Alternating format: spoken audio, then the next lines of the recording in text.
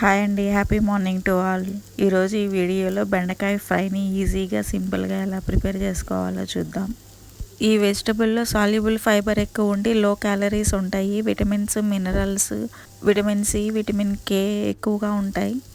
ఈ vegetable use చేయడం వలన ఇన్సులిన్ స్పైక్స్ రెడ్యూస్ అయ్యి బ్లడ్ షుగర్ లెవెల్ కంట్రోల్లో ఉంటుంది.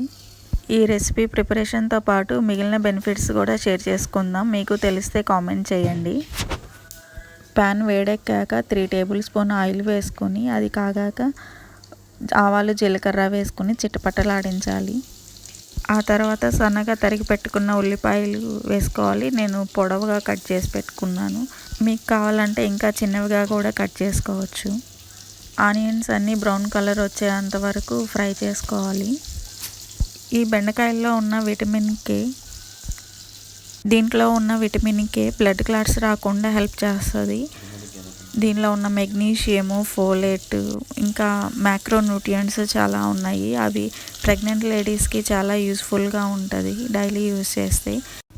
వీటిల్లో ఉండే యాంటీ ఆక్సిడెంట్స్ ఫ్రీ రాడికల్స్తో ఇంకా వేరే డ్యామేజ్ చేసే సెల్స్తో ఫైట్ చేసి క్యాన్సర్ లాంటివి రాకుండా ప్రివెంట్ చేస్తాయి.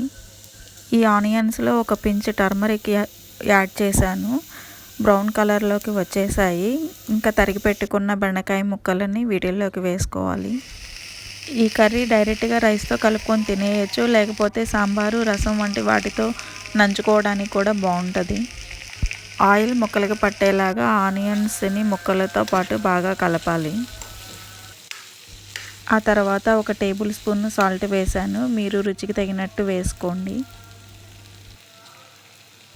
ఆ తర్వాత స్టవ్ని లో ఫ్లేమ్లో పెట్టుకొని అడుగంటకుండా తిప్పుకుంటూ మధ్య మధ్యలో ఒక 5 మినిట్స్ వరకు మగ్గనివ్వాలి.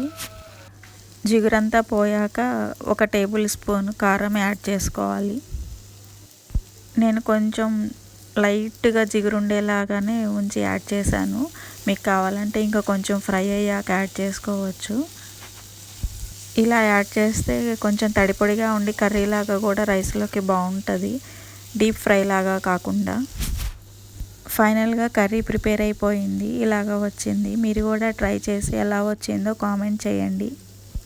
ఇంకా ఏమైనా ఈ వెజిటబుల్స్ గురించి బెనిఫిట్స్ మీకు తెలిస్తే షేర్ చేయండి.